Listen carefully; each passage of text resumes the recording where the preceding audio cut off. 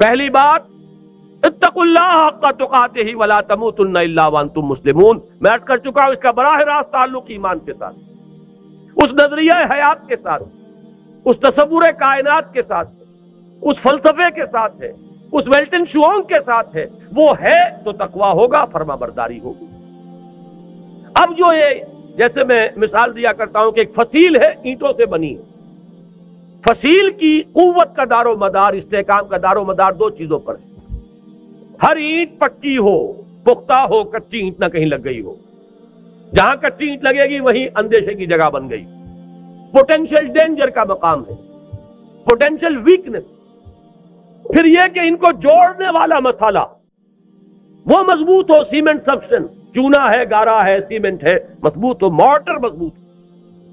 تو ایک تو ہے ایک ایک فصیل، ایک ایک بردہ مومن، اتقوا اللہ حق تقاتہ ولا تموتن الا وانتم مسلمون۔ اب ان کو جوڑنا ہے، جوڑے گی کیا چیز؟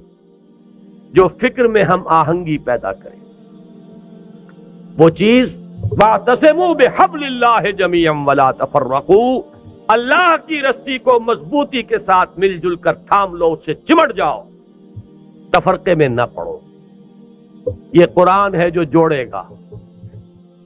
بہت ہی عمدہ الفاظ میں علامہ اقبال نے کہا ہے، ماں ہما خاکو دلے آگاؤس اد یکائنی مسلمان زندہ است۔ دونوں اشعار سن لیجئے۔ مسلمان کی زندگی جو ہے ایک آئین کے بدولت سے، اے کرے ملت سے قرآن زندہ است۔ ملت کا یہ جسد جو ہے، اس میں حیات، روح جو ہے وہ قرآن سے۔ ماں ہما خاکو دل آگاہ اوس اعتصامش کن کہ حبل اللہ اوس۔ ہم تو خاک کے مانندے جیسے جسد خاکی ہے، اس میں روح ہے جو حیات کا ذریعہ ہے، تو در حقیقت ماں ہما خاکو دل آگاہ اوس اعتصامش کن، جسد ملی کے اندر وہی مقام جو ہے قرآن کا ہے، مضبوطی سے تھامو حبل اللہ۔ یہی ابھی گزشتہ بدھ کو جو میرا مضمون چھپا تھا، جو الہدا ہی کے سلسلے کی اقساط آ رہی ہیں جنگ میں، شاید نظر سے گزری ہو، وہ اسی موضوع پر تھی، واعتصموا بحبل اللہ جميعا ولا تفرقوا۔ اس کو مضبوطی سے تھامیں گے، اس سے جڑیں گے، اس سے فکری ہم آہنگی پیدا ہوگی، اس کے ساتھ اتحاد فکر و نظر وجود میں آئے گا۔ یہ ہے وہ مورٹر، یہ ہے جوڑنے والی شے، جیسا کہ فرمایا ہے حضور صلی اللہ علیہ وسلم نے، القرآن حبل اللہ الممدود من السماء الى الارض۔ آسمان سے زمین تک تنی ہوئی رسی ہے اللہ، مضبوطی سے تھامو۔ ایک دفعہ کا واقعہ بڑا پیارا ہے۔ حضور اپنے حجرے سے باہر تشریف لائے، مسجد نبوی کا نقشہ ذرا ذہن میں رکھیے۔ حجرے سے باہر تشریف لائے تو دیکھا ایک کونے میں کچھ مسلمان، کچھ اہل ایمان بیٹھے ہوئے قرآن کا مذاکرہ کر رہے ہیں، سمجھا رہے ہیں، چہرے پر بشاشت کے آثار ظاہر ہوئے۔ یہ معجم کبیر طبرانی کی جو ہے اس کی روایت ہے۔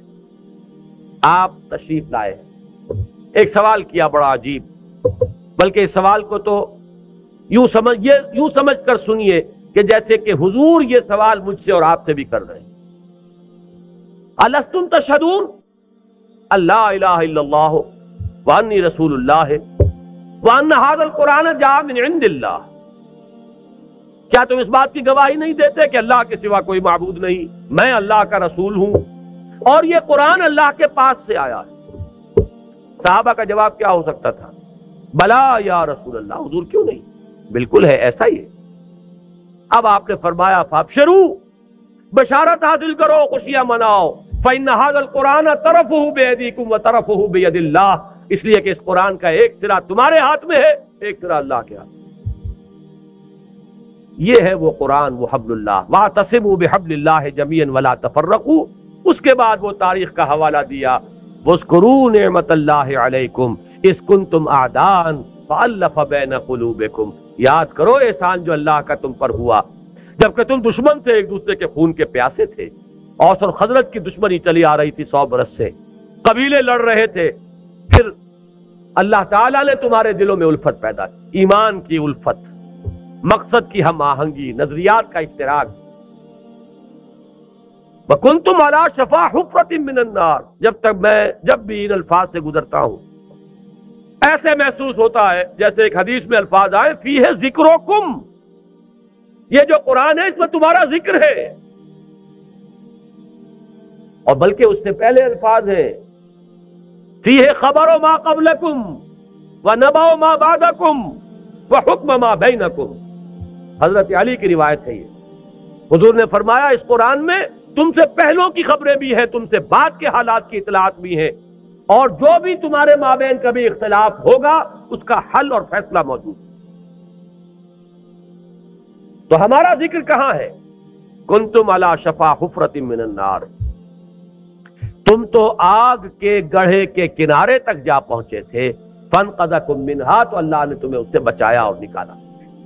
آج جو حالات پاکستان کے، جس کا تھوڑا سا نقشہ میں نے کھینچا تھا، زیادہ تفصیل میں جانے کا وقت نہیں ہے، میرا جو نقطہ نظر ہے میثاق میں اس ماہ کے پرچے میں وہ آ چکا ہے تفصیل، لیکن یہ کہ ذرا بھی آنکھ کھلی ہو، شعور کی آنکھ، اور حالات کا کوئی مشاہدہ ہو رہا ہو، تو یہ بالکل رائٹنگ آن دی وال کی طرح یہ حالات سامنے موجود ہیں۔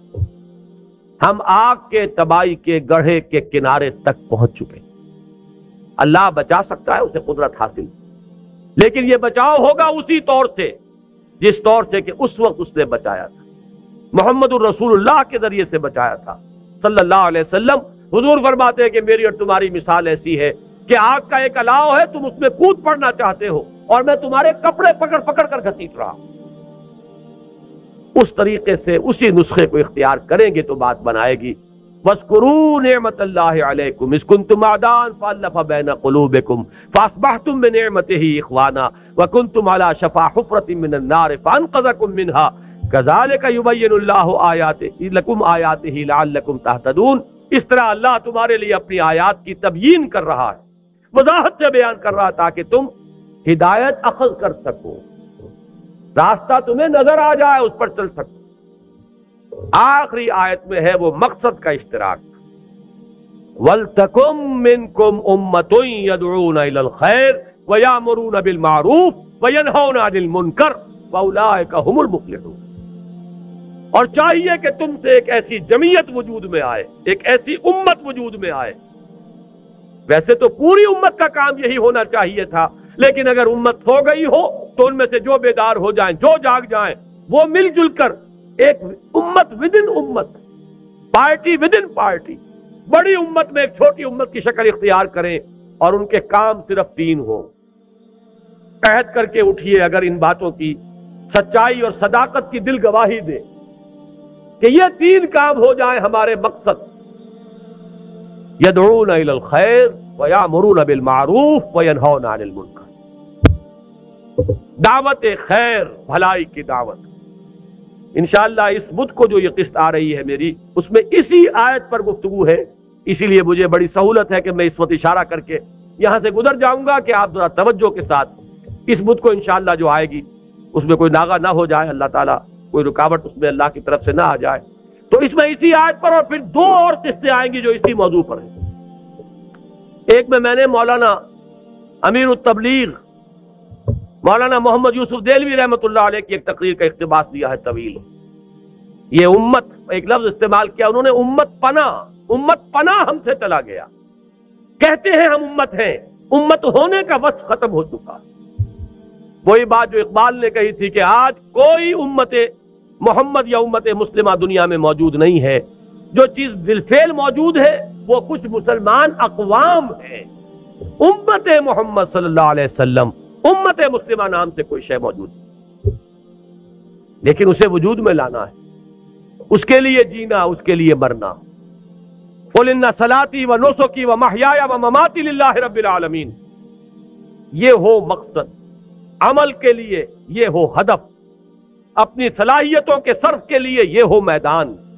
دکھائیے جولانیاں اس میں، آئیے مل جل کر ایک امت بنیے، ایک اجتماعی قوت بنیے۔ اللہ کرے گا تو یہی قوت، اسی کو وسعت حاصل ہوگی، اسی سے وحدت ملے گی، اسی سے اتحاد ہوگا، اور یہ ہوگی وہ شے کہ جس کی اس وقت ہمیں سب سے زیادہ شدید ضرورت ہے۔